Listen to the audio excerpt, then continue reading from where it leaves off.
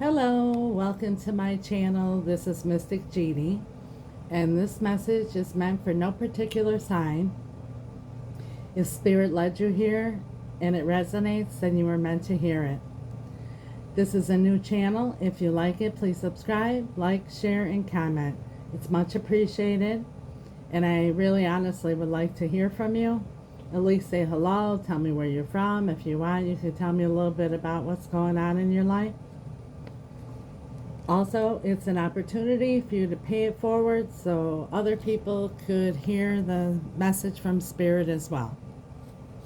So this is something, the first time that I'm doing this, because Spirit put it on my heart this morning on the way to work. So I'm going to try to make a long story short, but Spirit asked me to share this, and whoever was guided here to hear this, it was meant for you to hear.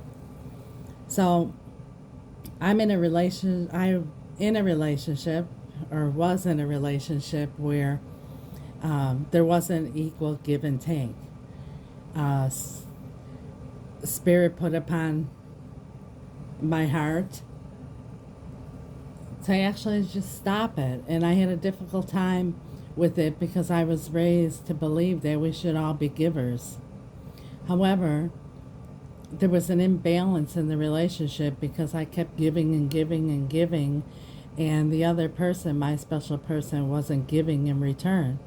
Eventually, my person became ungrateful. Therefore, then I became very resentful, and it brought out like a shadow side of me, which I believe this is my twin flame, because a lot of situations came into play in this relationship that brought out a lot of things that helped to heal my heart as far as relationships go in my life. So anyhow, like I said, I really always was a giver. I really get a thrill out of giving more than receiving. However, a lot of people mistake kindness for weakness, and as human beings, we have a tendency to want to take advantage when someone is giving, especially where they're very generous. So once Spirit put it on my heart and the shadow part of me was revealed to me, I had to actually deal with it. So, for example, I would be at the store, and typically when I was at the store, my whole cart would get full of stuff, and there'd be gifts for everybody and nothing for me. So once Spirit opened my heart to this for the first time, I was shopping, and I literally had to fight myself back from wanting to buy things for other people in generally, but especially, for my person. I still felt like, because when I love someone, I really want to give. But in any case, I had to actually correct myself and say, no, Jeannie, you're not going to buy anything for anybody today. You're just going to maybe find something for yourself. So for the next couple of weeks, I was doing that. I like to shop, just to let you know. And I went into one of my favorite little shops where I purchased my tarot cards and different crystals and things like that. And I noticed in their jewelry case they had some beautiful rings. So the young lady who worked there, she pulled out different trays of rings, and oh wow, all of a sudden this one caught my eye. It was so beautiful. And I said, wow, what kind of stone is that? I had never seen a stone like that before in my life. And she said, oh, that's a mystic ecstasy topaz. I said, wow, how much is that? And it was like $150. But as difficult as it was, because like I said, I had a difficult time spending money on myself, yet I wouldn't bat an eye buying it for somebody else. So anyhow, I bought this ring, and I really admired it, and I put it on my finger. For the next few days, I kept looking at it, and it was sparkling. And it really kind of didn't fit very well. And I had to keep adjusting it constantly, and flipping it over, trying it on a different finger. And it was like I was like going out of my way to make this ring work. because I loved it so much. Well, last Friday I was going to a concert, and I was leaving the house, got in the car, and put my hand on my lap, and I wanted to take a peek at my beautiful jewel that I bought myself, and I looked at it and the stone was gone. And I like freaked out because, it was just one stone in the ring. That's it. The whole beauty of it was just the stone. So I was kind of tripped out. Anyhow, I went to the concert, had a good time, and for the next couple days over the weekend, I was thinking, oh my God, I can't believe I lost the stone in my beautiful new ring that I bought myself. How can this be?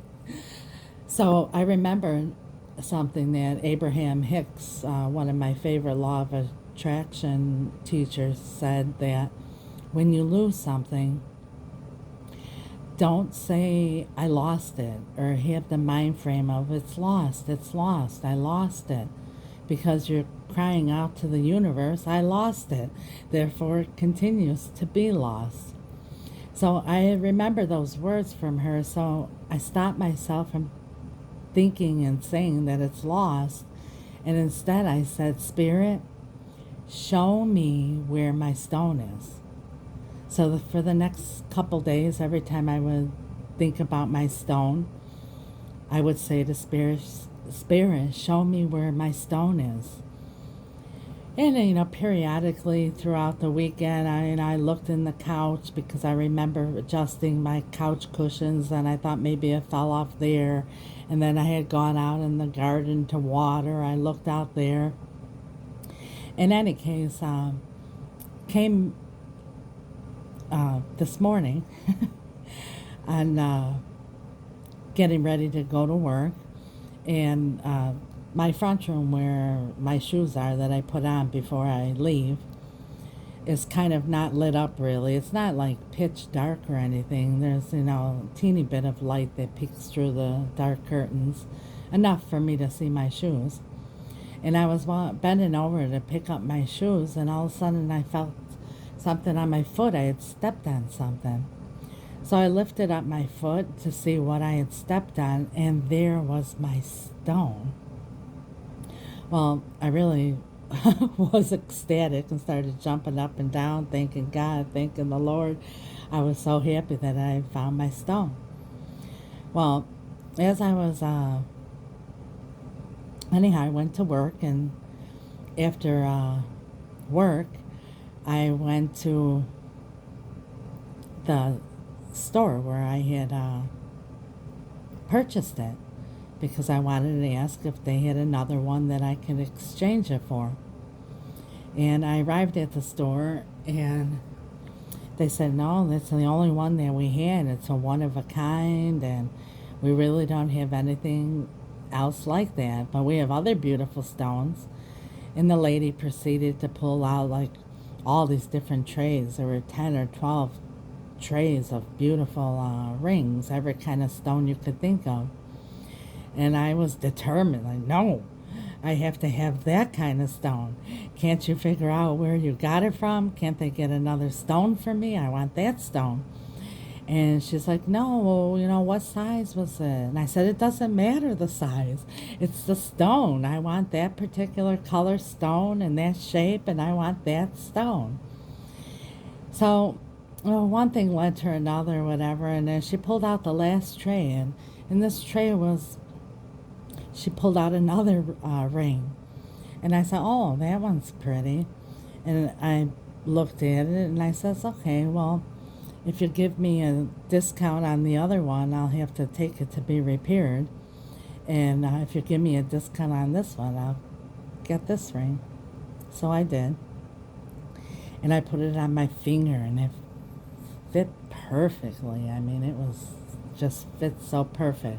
And the stone that was in this one was called a misty topaz. So that's when Spirit put upon my heart that he wanted me to share this message. All of a sudden, I felt myself asking God, why did I go through this? And I'm looking at my ring and I'm thinking, wow, it fits so perfectly. And wow, it's not the other stone, but wow, I think I like this one a little more. And wow, it doesn't, you know, it fits perfect. The other one, that's probably why I lost the stone. I had to keep adjusting it so much that, it ended up falling out. But I was like, this one is perfect. Wow. It's gorgeous. I love it. And it fits so perfect. Thank you so much, God. And Spirit put on my mind, Jeannie, think about it.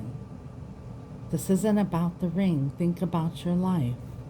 And I thought about it. And Spirit says, yes, Jeannie, you're right. And this is what I heard.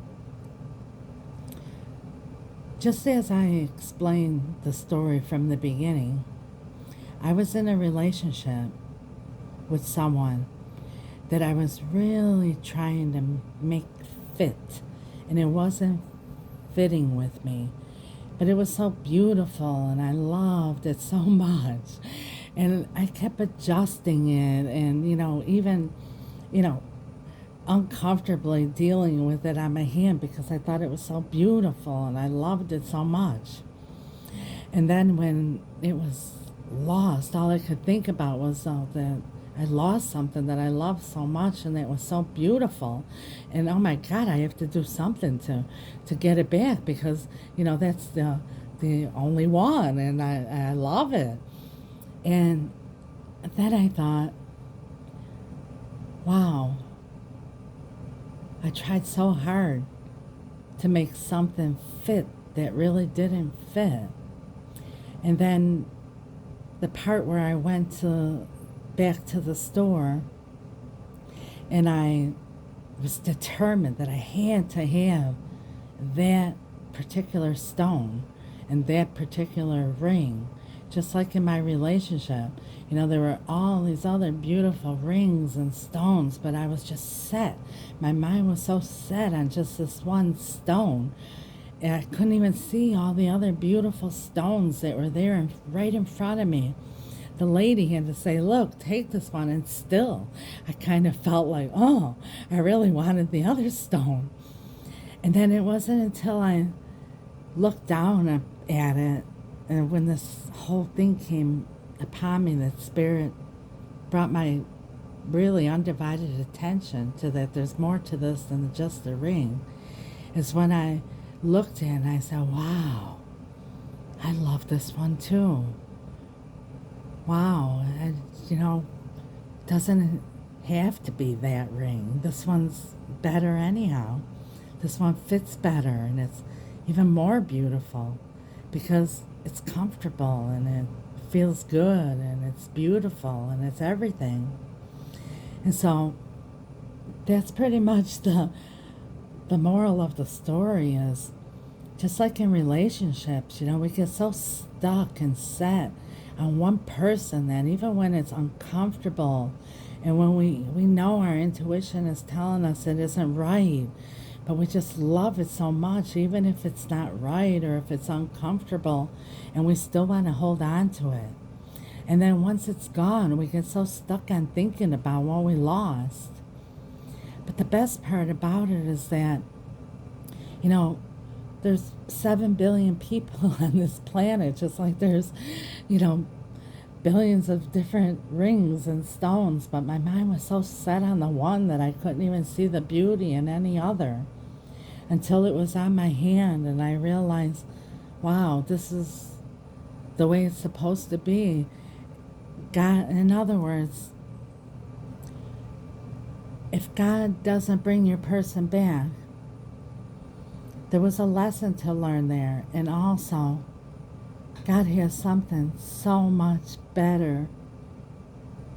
We might not be able to see it at the time, but God has something so much better, something that's going to fit right, something that's going to be comfortable and be just as much and even more beautiful, because that's the way life and relationships are supposed to be: comfortable, easy, beautiful, not having to adjust it and fix it constantly.